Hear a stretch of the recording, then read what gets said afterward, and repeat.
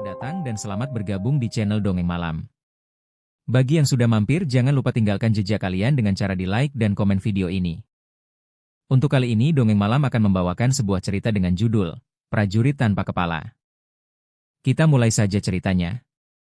Suasana malam di kampus Universitas Pasundan terasa lebih sepi daripada biasanya.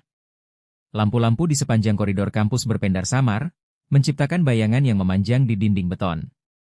Radit duduk di meja perpustakaan, menatap tumpukan buku tebal di depannya, namun pikirannya malah melayang jauh ke tempat lain.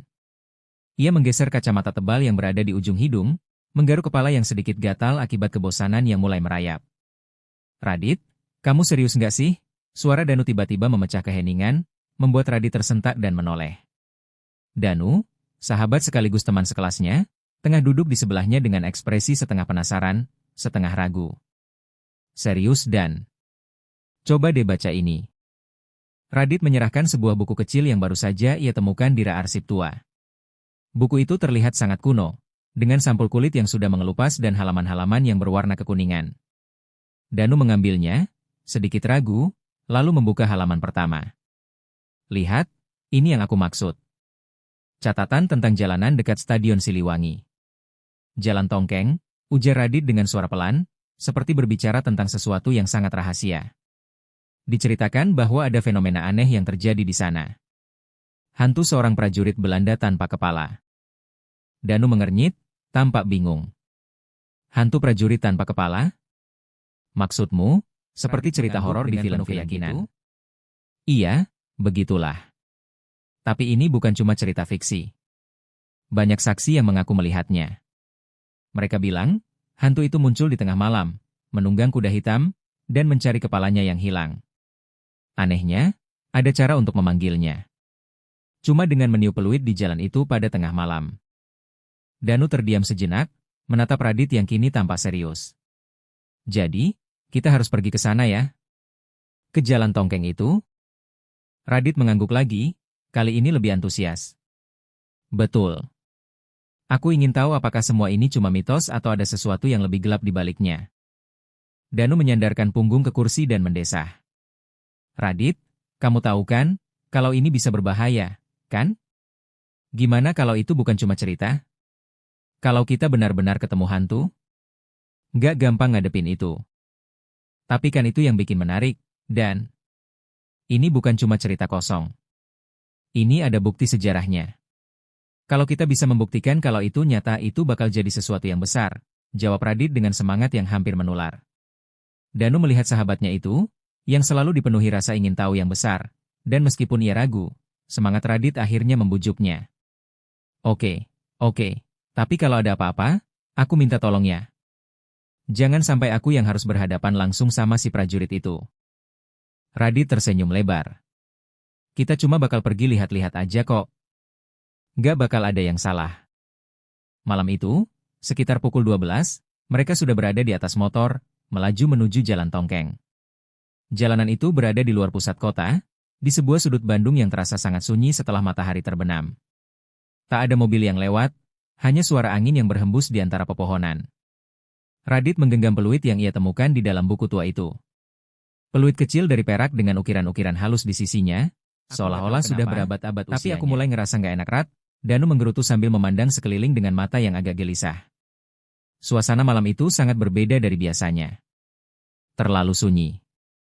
Terlalu sepi. Ini dia Dan, ujar Radit dengan suara pelan, mengarahkan motornya ke jalanan sempit yang memutar menuju stadion. Jalan Tongkeng. Sinar lampu jalan yang remang-remang hanya menerangi bagian jalan tertentu, sementara sisanya terbenam dalam bayangan gelap. Mereka berhenti di sisi jalan yang tampak sepi dan terabaikan. Tidak ada kendaraan lain, hanya mereka berdua yang berdiri di tengah keheningan malam. Angin yang berhembus membawa aroma tanah basah, menambah kesan menyeramkan yang sudah terbangun. Apa kita benar-benar harus melakukannya? Danu bertanya dengan suara bergetar, meskipun ia berusaha untuk terdengar tenang. Radit mengangguk, sambil merogoh sakunya dan mengeluarkan peluit itu. Ia memegangnya dengan hati-hati, seakan barang itu adalah benda sakral yang penuh misteri. Iya, kita harus coba. Aku udah baca banyak tentang ini. Hantu itu hanya muncul kalau kita memanggilnya. Danu melirik jam tangannya. Sudah lewat tengah malam. Jadi, gimana caranya? Tanyanya lagi, meskipun ia tahu jawabannya. Radit menarik napas panjang, lalu dengan perlahan meniup peluit itu. Suara peluit yang tajam dan bergaung memenuhi udara malam yang sunyi. Di kejauhan, suara derap kuda mulai terdengar, seolah datang dari jauh dan semakin dekat. Radit, Danu menggenggam lengannya dengan kencang, matanya terpaku pada jalanan kosong di depan mereka. Suara derap kuda itu semakin keras, namun tak ada sosok yang muncul. Radit tidak menjawab. Ini bukan bercanda kan? Matanya terus terpaku ke arah suara yang semakin mendekat. Kuda itu semakin jelas, dan akhirnya, di tengah kegelapan, sebuah sosok tinggi menunggang kuda hitam besar muncul di depan mereka. Sosok itu mengenakan seragam lusuh yang tampak usang dan penuh noda darah. Kuda itu berhenti tepat di depan mereka, namun wajah prajurit tersebut kosong. Tak ada kepala di atas pundaknya. Danu mundur langkahnya, wajahnya pucat pasi. Radit. Itu hantu. Radit berdiri tegak, matanya terpaku pada sosok itu. Ada rasa takut yang membuncah di dadanya, namun rasa ingin tahu lebih kuat. Ia tahu, malam ini adalah malam yang akan mengubah segalanya. Selamat datang, prajurit, Radit berbisik, meski suaranya hampir tak ketika sosok prajurit tanpa kepala itu muncul di hadapan mereka. Kuda hitam yang ditungganginya berdiri tegap, matanya kosong dan hampa, seolah-olah menatap sesuatu yang jauh di luar jangkauan dunia ini. Hembusan angin dingin yang menyentuh wajah Radit dan Danu terasa semakin tajam, menggigit kulit mereka dengan dinginnya yang hampir seperti es. Danu terpaku, tak mampu bergerak, matanya tertuju pada sosok prajurit yang tak bergerak itu. Radit ini nyatakan, suaranya serak, bergetar ketakutan. Ia melangkah mundur sedikit, mencoba mencari jalan untuk melarikan diri, namun tubuhnya terasa terikat, seakan bumi menahannya untuk tetap berdiri di tempat. Radit, meskipun hatinya berdebar keras, mencoba untuk tetap tenang. Ia menatap sosok prajurit yang diam di depan mereka, mencoba mencari jawaban di dalam kegelapan yang menyelubungi wajah hantu itu. Namun yang muncul justru keheningan yang menekan. Ketegangan di udara membuat napasnya serasa sesak. Sosok prajurit itu memandang mereka dengan tatapan kosong. Tak ada kata-kata yang keluar dari mulutnya yang tak ada. Tetapi, tiba-tiba, tubuhnya bergerak, dan dengan gerakan yang lambat dan penuh penderitaan, tangan hantu itu terangkat, menuju ke arah jalan yang lebih dalam ke hutan. Radit merasa ketegangan semakin mencekam, namun rasa ingin tahunya mengalahkan ketakutannya. Ia tahu, ini adalah kesempatan langka untuk mengungkap misteri yang selama ini hanya menjadi legenda. Meskipun keringat dingin mulai mengalir di punggungnya, Radit menatap Danu dan berusaha berbicara dengan suara yang tenang, meskipun gemetar. Danu, kita harus mengikuti dia. Kalau kita bisa mengungkap ini, kita mungkin bisa menjelaskan semua yang terjadi. Meskipun wajahnya pucat dan tubuhnya masih bergetar ketakutan. Ia melihat sosok prajurit itu, yang perlahan mulai bergerak dengan langkah yang mantap, meski tak ada kepala di atas tubuhnya. Kuda itu melangkah pelan, memecah keheningan malam yang semakin dalam. Radit dan Danu mengikuti sosok itu, berjalan perlahan di belakangnya. Jalanan itu semakin gelap, hanya diterangi oleh cahaya rembulan yang samar, membuat suasana semakin mencekam. Tanpa suara, mereka terus melangkah menuju hutan yang semakin lebat. Radit merasakan udara semakin berat, seolah-olah dunia di sekitar mereka berubah menjadi sebuah dimensi lain, jauh dari kenyataan. Setiap langkah mereka terdengar menggelegar di telinga mereka, bahkan ketika mereka berhenti untuk sesaat, suara derap kuda itu terus menggema, memecah kesunyian. Saat mereka semakin mendekati hutan, Radit mulai merasa ada sesuatu yang tidak beres. Angin yang tadi terasa sejuk ini berubah menjadi semakin dingin, seolah ada sesuatu yang menyelimuti mereka. Hantu prajurit itu berhenti di pinggir hutan, menghadap sebuah batu nisan besar yang tertutup lumut. Ia menunjuk ke arah nisan itu, seakan memberikan petunjuk lebih lanjut. Danu menahan napas, mengedarkan pandangannya ke sekitar, merasa ada yang mengintai mereka dari kegelapan. Radit, kita harus berhati-hati. Ini semua terasa sangat salah. Radit tidak menjawab, tetapi matanya tetap terpaku pada batu nisan itu. Ia mendekat, perlahan-lahan, berusaha memahami apa yang tersembunyi di balik batu tersebut. Di dekat batu nisan itu, ada sesuatu yang terpendam, sebuah tanda, sebuah simbol yang tampaknya sudah terkikis oleh waktu. Tiba-tiba, Radit merasa gemetar, seakan ada sesuatu yang berbisik di telinganya, meskipun tidak ada suara apapun yang terdengar. Lihat, Radit berbisik, menunjuk pada simbol yang tercetak di batu itu. Simbol yang terlihat seperti tulisan kuno dalam bahasa takut yang mendalam. Apa itu? Apa yang tertulis di sana? Radit menyentuh batu itu dengan hati-hati, merasakan tekstur dingin yang menyentuh kulitnya. Ini, tulisan dari masa kolonial Belanda. Sepertinya ini adalah tanda dari pertempuran yang terjadi di sini dan ini, Radit menelan ludahnya. Ini adalah tanda dari seorang prajurit yang mati dalam pertempuran, yang tubuhnya tidak pernah ditemukan. Ia terus mencari kepalanya yang hilang. Danu menatap batu itu, lalu matanya kembali tertuju pada sosok prajurit yang menunggang kuda itu, yang berdiri dengan penuh ketegangan, matanya kosong namun penuh kecemasan. Radit melangkah lebih dekat ke batu nisan itu, dan tiba-tiba, suara derap kuda terdengar semakin keras, semakin dekat. Hantu prajurit itu mulai bergerak lagi, seperti memberi tanda agar mereka mengikuti. Namun, kali ini, sesuatu yang aneh terjadi. Kuda yang ditungganginya mendesi seperti hewan liar yang sedang terancam. Radit! Danu berteriak, matanya mulai berbinar ketakutan. Apa yang terjadi? Apa yang dia mau dari kita? Radit tidak menjawab. Ia hanya terus mengikuti sosok itu, meskipun perasaan takut mulai menggerogoti dirinya. Semakin dalam mereka berjalan ke dalam hutan, semakin Radit merasa ada yang salah.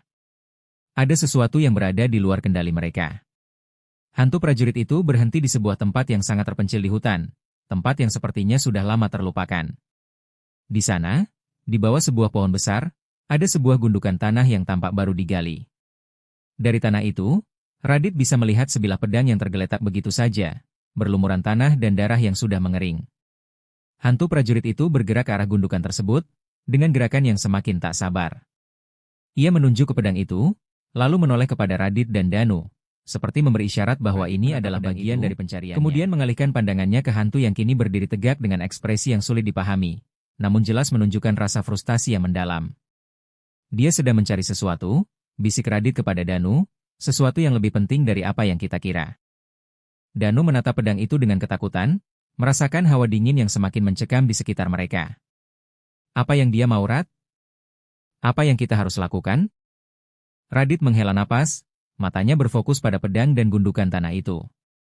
Kita harus mengungkap rahasia ini, hanya dengan begitu kita bisa membantu dia menemukan kedamaian. Namun, saat itu juga, Radit merasakan getaran aneh yang mengalir dari tanah di bawah kakinya.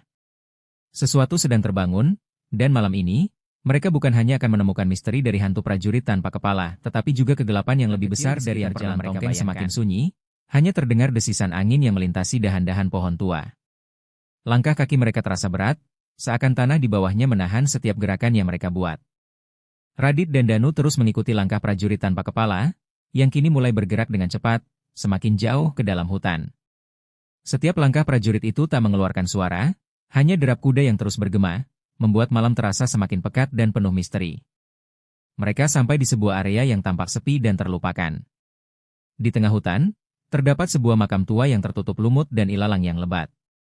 Batu nisan yang terbuat dari batu besar itu terlihat usang, dengan ukiran yang hampir pudar. Batu tersebut seolah-olah sudah dilupakan oleh waktu.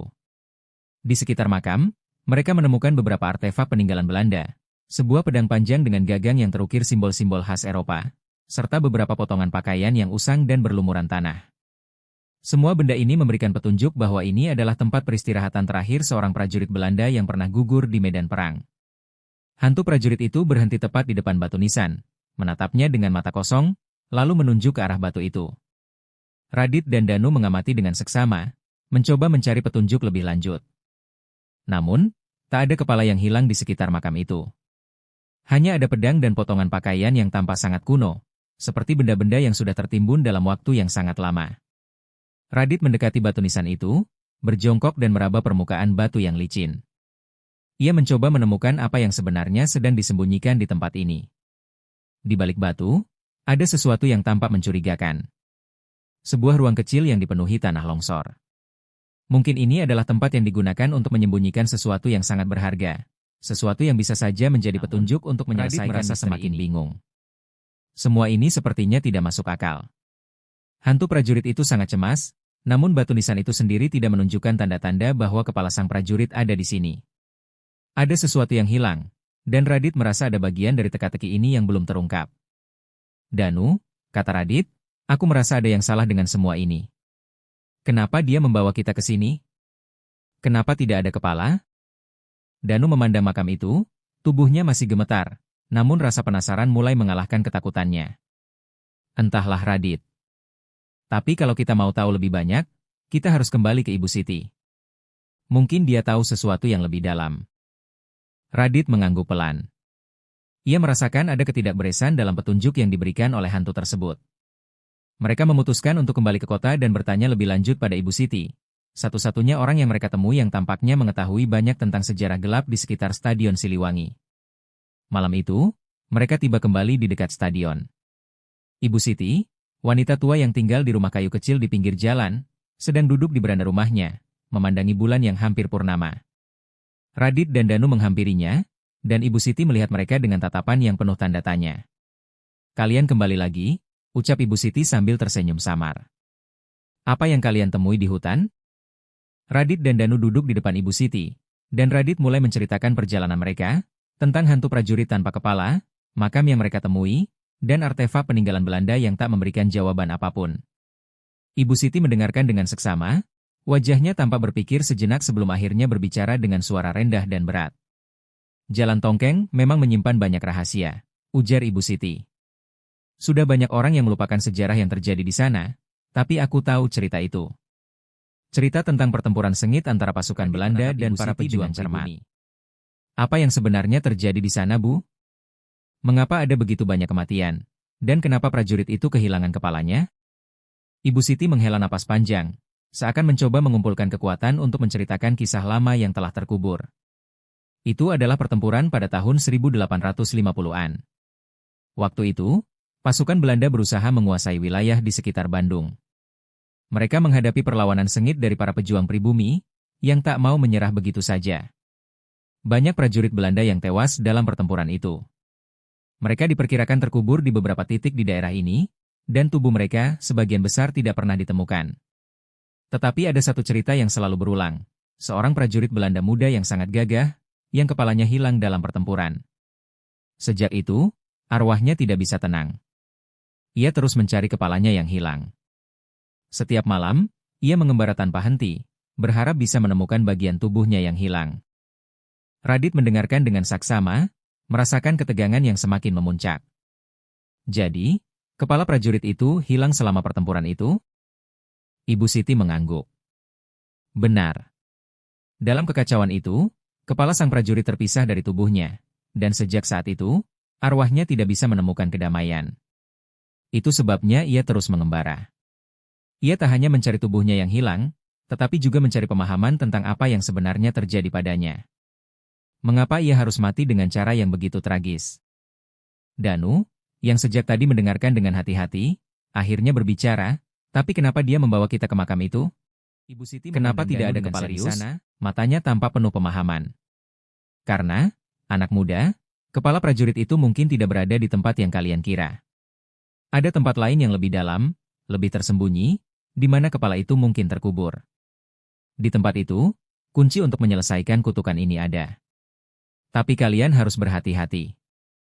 Jangan sampai kalian terperangkap dalam kutukan yang lebih besar." Radit merasa hatinya berdebar semakin cepat. "Ibu Siti, di mana tempat itu? Bagaimana cara menemukannya?" Ibu Siti berdiri perlahan dan berjalan menuju sebuah lemari kayu di dekat pintu rumahnya. Ia membuka pintu lemari itu dan mengeluarkan sebuah peta tua yang sudah usang. Dengan hati-hati, Ibu Siti membuka peta tersebut dan menunjuk ke sebuah titik di bagian utara hutan. Ini adalah tempatnya. Di sana, kalian akan menemukan jawaban. Tapi ingat, kalian tidak sendirian. Ada banyak hal yang harus dihadapi sebelum kalian bisa menemukan kepala prajurit itu dan mengakhiri kutukan ini." Radit dan Danu saling memandang.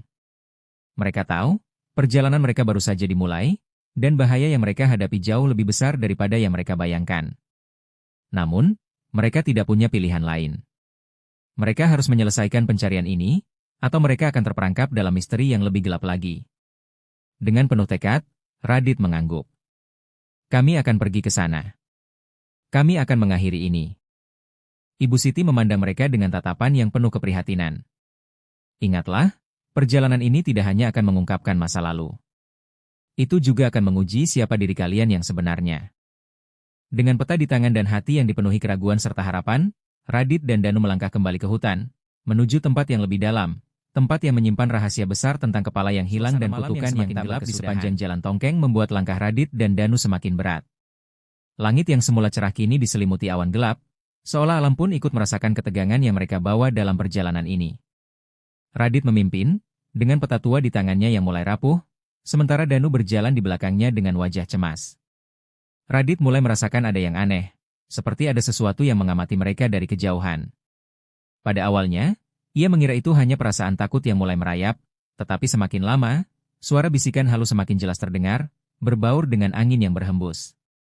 Bisikan itu tidak terdengar seperti suara manusia, lebih mirip dengan suara desiran, seolah-olah sesuatu sedang berbicara di luar jangkauan mereka, sesuatu yang terperangkap di antara dua dunia. Danu, Radit berkata pelan, suara seraknya hampir tenggelam dalam angin. Kamu dengar itu? Danu, yang sejak tadi menatap jalanan dengan penuh ketegangan, mengangguk perlahan. Iya, aku dengar ada suara seperti bisikan. Seperti ada yang memanggil-manggil kita. Radit berhenti sejenak dan menatap sekeliling. Tidak ada yang terlihat mencurigakan di jalan yang sunyi ini, kecuali pohon-pohon tinggi yang merunduk, seakan melindungi mereka dari cahaya bulan yang redup. Namun, di balik keheningan itu, ia merasakan ada sesuatu yang salah. Sesuatu yang tidak dapat ia jelaskan. Tunggu, Radit menggerakkan tangan, memberi isyarat agar Danu berhenti. Kita harus hati-hati. Kita tidak tahu apa yang sedang mengawasi kita. Danu menatap Radit dengan mata yang mulai terbuka lebih lebar, lebih khawatir. Radit, aku nggak mau lanjut. Aku mulai ngerasa aneh, ada yang gak beres di sini. Ini Radit bukan cuma soal hantu prajurit itu kan? Aku tahu. Tapi kita harus mencari tahu lebih banyak. Ibu Siti bilang ada lebih banyak roh yang terperangkap di sini. Ini bukan hanya tentang satu hantu. Ini tentang kutukan yang lebih besar. Mereka melanjutkan perjalanan mereka, langkah mereka semakin berat seiring dengan semakin pekatnya suasana. Tiba-tiba, mereka mendengar suara langkah berat yang datang dari belakang mereka. Bukan suara kuda, tetapi langkah kaki yang berat, hampir seperti suara kaki manusia yang terhuyung-huyung. Radit, ada yang mengikuti kita. Danu berbisik dengan panik, meremas lengan sahabatnya itu. Radit berbalik cepat, mencoba menenangkan dirinya sendiri dengan meyakinkan bahwa itu hanya perasaan. Namun, ketika ia menoleh, sosok itu sudah ada di depan mereka. Berdiri tegak, menghalangi jalan mereka. Sosok itu adalah seorang prajurit Belanda, namun berbeda dengan yang mereka temui sebelumnya. Kali ini, ia lebih besar, tubuhnya lebih kekar dan wajahnya rusak, hancur seperti terbakar atau tergores oleh sesuatu yang sangat tajam.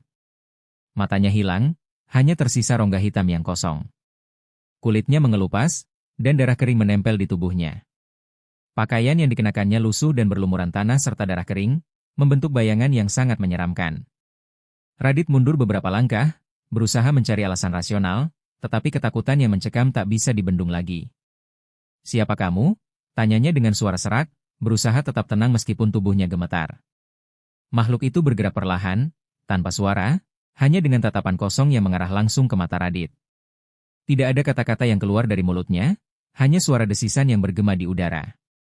Makhluk itu mengangkat tangannya yang hancur, menunjukkan sebuah pedang panjang yang berlumuran darah, pedang yang tampaknya sudah ada di sana sejak zaman penjajahan. Danu menggenggam lengan Radit, suaranya hampir berbisik, penuh ketakutan. Kita harus lari. Ini bukan cuma satu hantu. Ini lebih dari itu. Radit menyadari hal yang sama. Hantu prajurit ini bukan hanya menghantui mereka, tetapi juga membawa ancaman yang jauh lebih besar. Ia tidak hanya berurusan dengan satu roh yang terperangkap, tetapi dengan roh-roh lain yang mungkin telah lama hilang kendali, terperangkap dalam kutukan yang lebih kuat dan lebih gelap. Tiba-tiba, makhluk itu mulai bergerak lebih cepat, menyerbu ke arah mereka dengan pedang terangkat tinggi. Radit berteriak, lari, dan mereka berdua berbalik, berlari secepat mungkin, berusaha menghindari serangan makhluk itu. Namun, langkah mereka terasa terhambat, seolah tanah itu sendiri menahan mereka. Mereka berlari, napas mereka terengah-engah, tetapi makhluk itu terus mengikuti, tidak peduli dengan seberapa cepat mereka melangkah. Rasanya seperti ada kekuatan lain yang mengendalikan tanah, membuat mereka semakin sulit bergerak.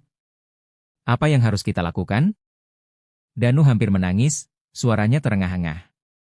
Radit, yang merasa ketakutan tapi juga terfokus, melihat ke sekelilingnya. Hanya ada gelap dan pohon-pohon besar yang berdiri diam, tidak ada jalan keluar. Ia tahu mereka tidak bisa terus berlari selamanya. Cobalah untuk bertahan. Radit berteriak, berusaha memikirkan rencana. Kita harus menemukan cara untuk mengalahkannya, atau kita tidak akan pernah bisa pergi dari sini. Namun, sebelum mereka bisa mengambil langkah lebih lanjut, suara derap kuda terdengar lagi, kali ini lebih keras dan semakin dekat. Radit menoleh, dan di belakang mereka, sosok hantu prajurit tanpa kepala itu muncul, menunggang kuda hitam besar, melaju dengan kecepatan luar biasa. Apa yang terjadi? Danu hampir terjatuh, terkejut melihat prajurit tanpa kepala itu muncul di depan mereka, berhenti tepat di hadapan makhluk yang lebih menyeramkan itu. Hantu prajurit tanpa kepala menatap makhluk itu dengan tatapan kosong yang penuh kecemasan, lalu mengangkat tangannya, seolah-olah memberi isyarat kepada Radit dan Danu untuk berhenti. Kedua makhluk itu berdiri saling berhadapan, dalam sebuah pertempuran tanpa kata. Hantu prajurit tanpa kepala tidak menyerang, tetapi lebih kepada melindungi mereka, seolah ada suatu ikatan antara mereka dengan Radit dan Danu. Apa yang harus kita lakukan? Danu bertanya, suaranya penuh ketakutan. Radit menyadari satu hal penting. Kita harus membantu mereka, katanya dengan suara penuh tekad. Hantu prajurit itu mencari kedamaian. Jika kita bisa menyelesaikan kutukan ini, mungkin kita bisa menghentikan semua ini. Dengan penuh keberanian, Radit melangkah maju, berusaha mendekati dua makhluk yang sedang bertarung tanpa kata.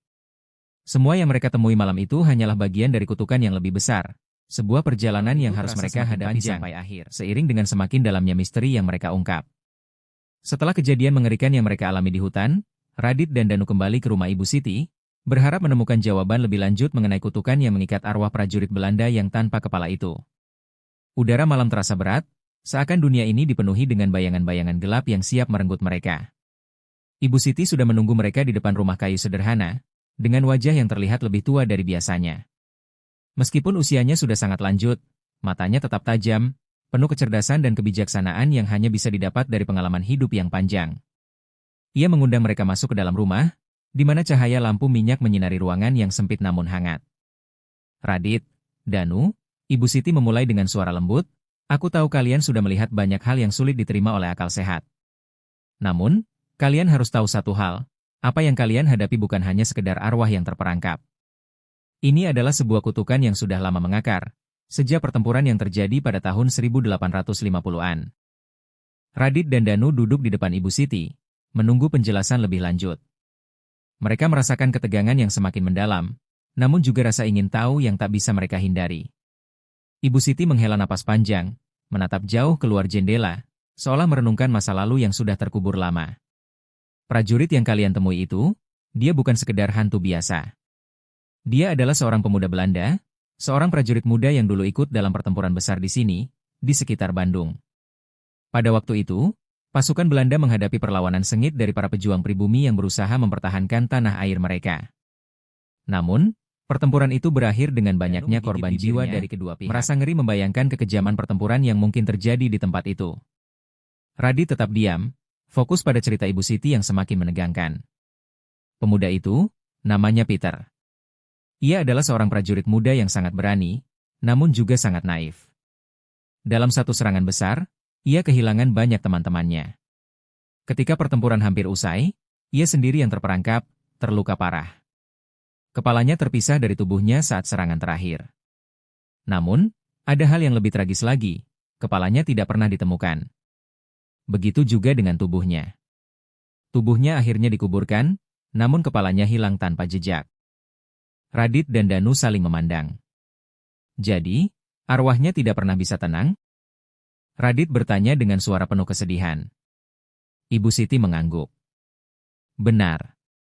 Sejak saat itu, arwah Peter terperangkap di dunia ini, tidak bisa menemukan kedamaian karena kepalanya yang hilang. Ia terus mencari bagian tubuhnya yang hilang, berharap bisa mengakhiri penderitaannya. Kutukan itu membuatnya tidak bisa pergi ke alam baka. Setiap kali ia mencoba untuk menyerah, sesuatu dalam dirinya mendorongnya untuk terus mencari. Jadi, hantu yang kita temui di hutan itu adalah Peter?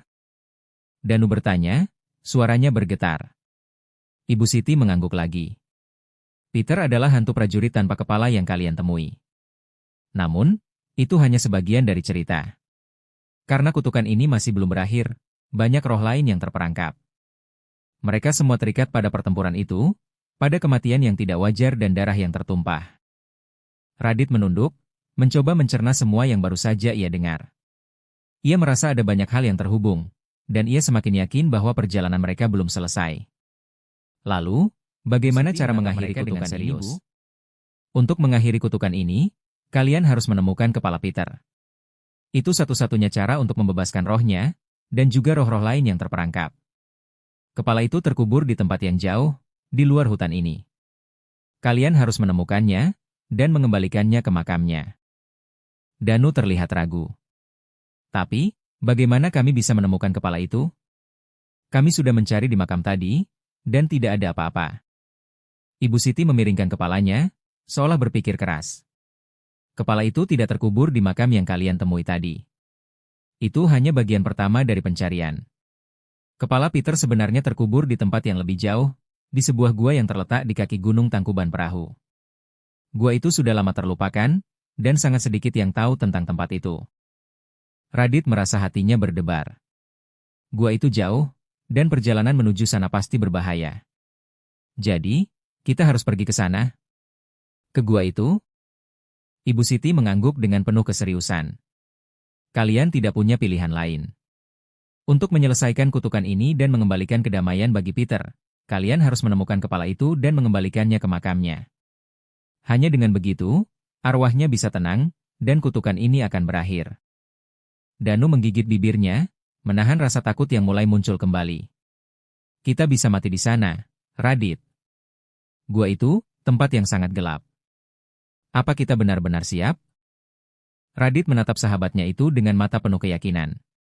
Kita harus melakukannya, dan kita sudah sampai sejauh ini, dan kita tidak bisa mundur.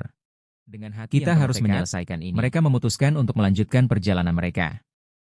Ibu Siti memberikan mereka petunjuk lebih lanjut tentang lokasi gua itu dan memperingatkan mereka agar berhati-hati. Gua itu dipenuhi dengan jebakan dan roh-roh gelap yang terperangkap oleh kutukan. Tidak ada yang tahu pasti apa yang akan mereka hadapi di sana, tetapi Radit dan Danu tahu bahwa mereka harus menghadapi semuanya demi menyelesaikan kutukan ini. Pagi keesokan harinya, mereka memulai perjalanan mereka menuju Gunung Tangkuban Perahu, dengan harapan bahwa mereka akan menemukan kepala prajurit itu dan mengakhiri kutukan yang telah berlangsung begitu lama. Namun, di dalam hati mereka tahu bahwa perjalanan ini akan membawa mereka pada ujian yang lebih besar. Ujian untuk menyelamatkan bukan hanya satu arwah, tetapi juga untuk membebaskan semua roh yang terperangkap oleh kutukan gelap yang Gunung Tangkuban Perahu tidaklah mudah. Udara di sekitar mereka terasa semakin dingin, dan medan yang harus mereka tempuh semakin berat. Radit, Danu, dan Ibu Siti berjalan dengan hati-hati, meskipun ketegangan mulai menggerogoti pikiran mereka. Mereka tahu bahwa setiap langkah membawa mereka lebih dekat ke lokasi kepala prajurit yang hilang, tetapi mereka juga tahu bahwa bahaya mengintai di setiap sudut.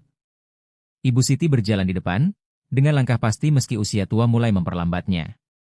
Dia memegang sebuah lilin yang menyala redup di tangannya, memberikan cahaya yang terbatas di jalan yang semakin gelap. Radit dan Danu mengikuti di belakang, tak berani berbicara, hanya mendengarkan setiap langkah kaki mereka yang terdengar jelas di hutan yang sunyi ini. Namun, semakin dalam mereka masuk, semakin terasa ada sesuatu yang mengawasi mereka. Setiap kali Radit menoleh, bayangan-bayangan hitam bergerak di antara pepohonan. Suara langkah kaki terdengar jauh di belakang mereka. Namun ketika mereka berhenti dan menoleh, tidak ada apa-apa. Hanya angin yang berdesir pelan. Terlalu sunyi di sini, kata Radit, suaranya hampir terhanyut oleh angin. Ada yang tidak beres. Danu menelan ludah, merasakan ketegangan yang semakin mencekam. Aku merasa kita sedang dikejar. Sepertinya ada sesuatu yang mengintai kita. Ibu Siti yang sempat mendengar perkataan mereka menoleh, wajahnya semakin serius. Hati-hati anak-anak. Ini adalah wilayah roh-roh yang terperangkap. Mereka tidak suka ada yang mengganggu rahasia mereka. Mereka akan berusaha menghentikan kita. Radit menatap wajah Ibu Siti dengan waspada. Apa maksudnya, Bu? Apakah kita akan dihadang lagi oleh roh-roh itu? Ibu Siti mengangguk pelan. Roh-roh yang terperangkap di sini akan berusaha mempertahankan rahasia kepala Peter.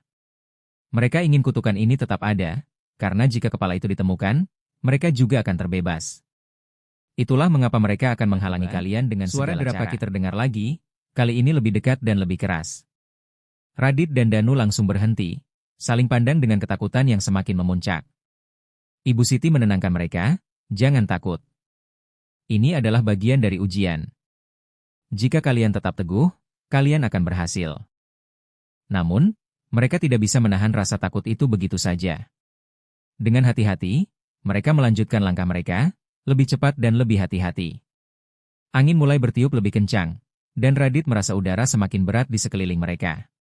Tak lama kemudian, mereka tiba di sebuah jurang yang dalam, dikelilingi oleh tebing-tebing tinggi. Di bawahnya, mereka bisa melihat sebuah gua yang tersembunyi di balik dinding batu besar. Dari dalam gua itu, sebuah cahaya lemah terlihat menyinari kegelapan, memberi petunjuk bahwa mereka telah sampai di tempat yang dimaksud. Di sana, Ibu Siti berteriak, menunjuk ke gua di bawah. Itulah tempatnya. Kepala itu ada di sana, tetapi kalian harus berhati-hati. Roh-roh di dalam sana sangat kuat. Radit dan Danu mengangguk, merasakan ketegangan yang meluap. Mereka menghela napas dalam-dalam, mencoba menenangkan diri, dan mulai turun menuju gua. Setiap langkah terasa lebih berat dari sebelumnya. Ketika mereka hampir sampai di mulut gua, Radit merasa ada sesuatu yang mengalir di udara, sebuah kekuatan gelap yang berusaha menyelimuti mereka. Tiba-tiba, suara-suara aneh mulai terdengar di sekitar mereka. Radit, Danu, suara itu bergema di udara, suara bisikan yang tidak jelas asal-usulnya. Jangan datang ke sini, jangan ganggu kami. Radit dan Danu berhenti sejenak, melihat sekeliling. Sosok-sosok bayangan mulai muncul di antara pepohonan. Mereka adalah roh-roh penasaran yang sebelumnya hanya terdengar di cerita-cerita. Wajah mereka hancur, mata mereka kosong, tubuh mereka setengah terurai. Mereka semua bergerak perlahan, mengelilingi Radit. Salah satu roh itu berbisik dengan suara serak, seperti suara yang sudah lama terkubur. Ini bukan tempat untuk kalian. Radit berusaha tetap tenang, meskipun darahnya berdesir ketakutan. Kami hanya ingin mengakhiri kutukan ini. Kami tidak akan mengganggu kalian. Kami hanya ingin mengembalikan kepala itu. Namun, roh-roh itu tidak mendengarkan. Mereka semakin mendekat, bergerak dengan gerakan yang terputus-putus, seperti mereka terjebak dalam waktu yang tidak bisa bergerak maju. Tiba-tiba, makhluk-makhluk itu menyerbu, menabrak Radit dan Danu, mendorong mereka mundur dengan kekuatan yang luar biasa. Setiap langkah mereka terasa seperti terhuyung, tubuh mereka berat sekali, seolah ada tangan tak terlihat yang menarik mereka ke dalam kegelapan. Lari, teriak Ibu Siti, berlari ke depan dan menarik mereka menjauh dari para roh yang semakin menyerang. Kalian harus sampai di gua itu. Kalau kalian tidak sampai di sana, semuanya akan sia-sia. Radit dan Danu berusaha bangkit dan terus berlari menuju gua. Mereka hampir sampai ketika sebuah tangan dingin tiba-tiba meraih pergelangan kaki Radit, menariknya ke tanah. Radit! Danu berteriak, berusaha menarik sahabatnya, namun mereka terjebak dalam kekuatan roh-roh itu. Ketika Radit hampir menyerah, sebuah teriakan keras terdengar dari mulut gua. Cukup, teriak Ibu Siti. Kalian tidak bisa menahan mereka selamanya. Ibu Siti melangkah maju, memegang lilin yang bersinar terang.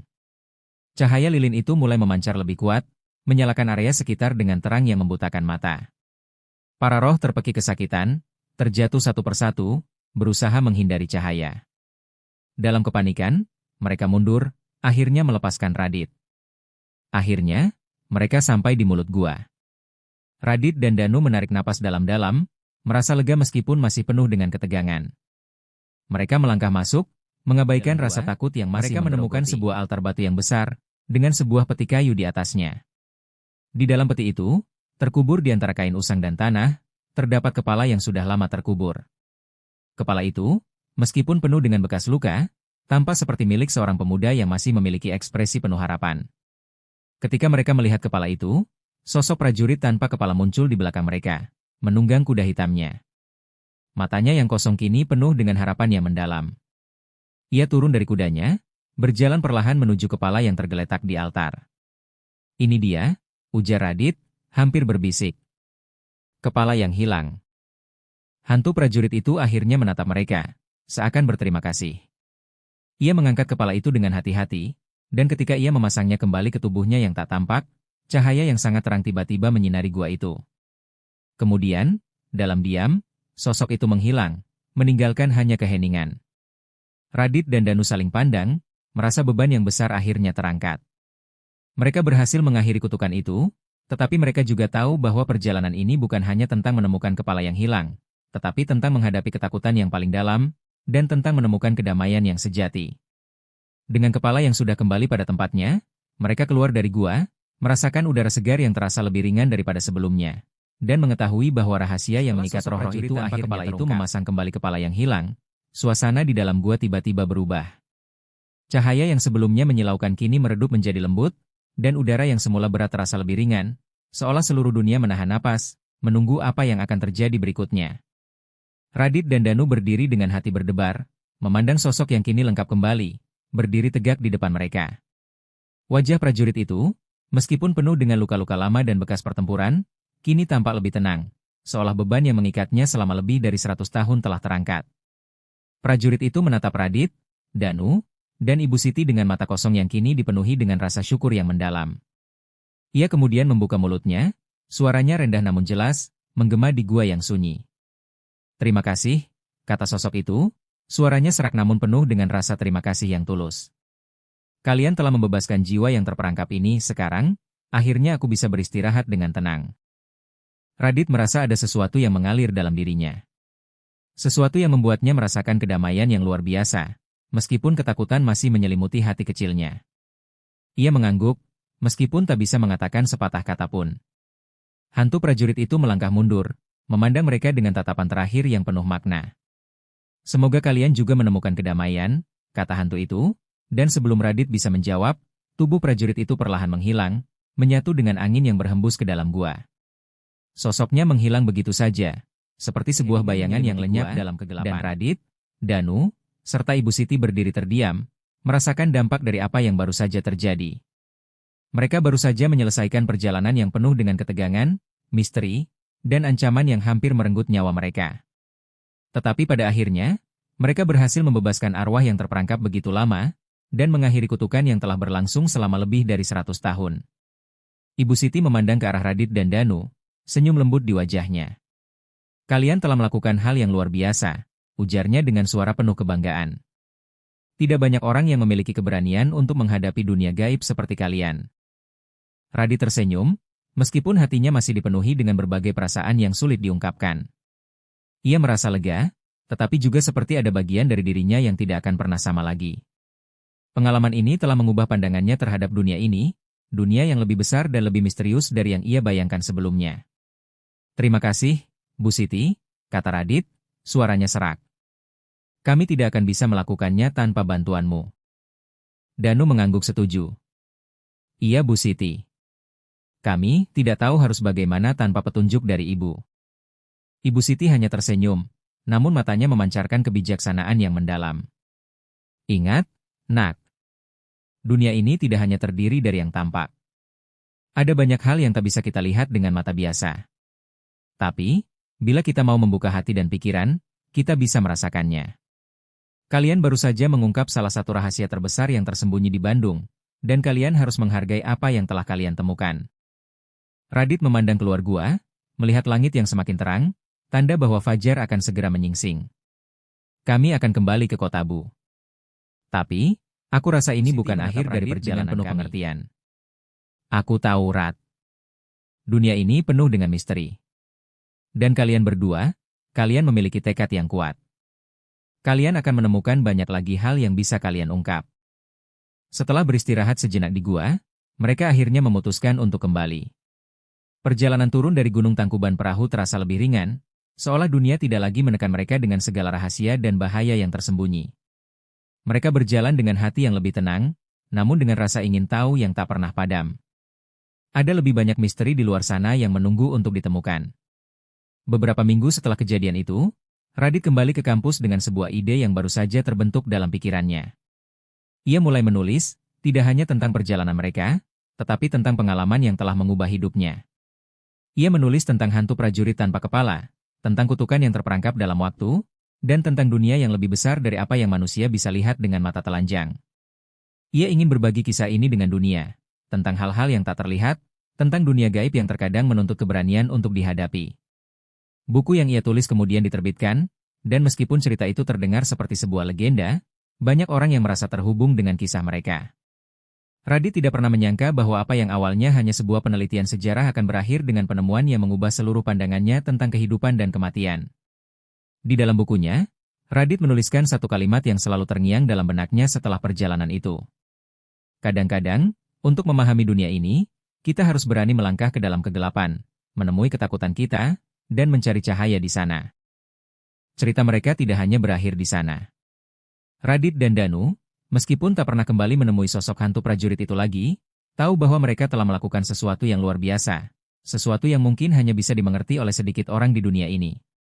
Mereka telah membebaskan jiwa yang terperangkap, mengakhiri kutukan yang tak terhitung jumlahnya, dan mengungkap rahasia yang selama ini tersembunyi di bawah tanah Bandung. Dan dengan itu, Radit melangkah maju ke babak baru dalam hidupnya, dengan keyakinan bahwa ada lebih banyak dunia yang menunggu untuk dijelajahi. Terima kasih sudah mengikuti cerita sampai akhir. Untuk cerita dengan judul Prajurit Tanpa Kepala berakhir di sini. Akan banyak lagi cerita-cerita menarik yang akan dibawakan Dongeng Malam. Jadi silahkan di-subscribe channel ini agar tidak tertinggal cerita-cerita menarik dari video berikutnya. Dan jika kalian suka dengan cerita-cerita seperti ini, silahkan di-share video ini agar channel ini bisa lebih berkembang lagi.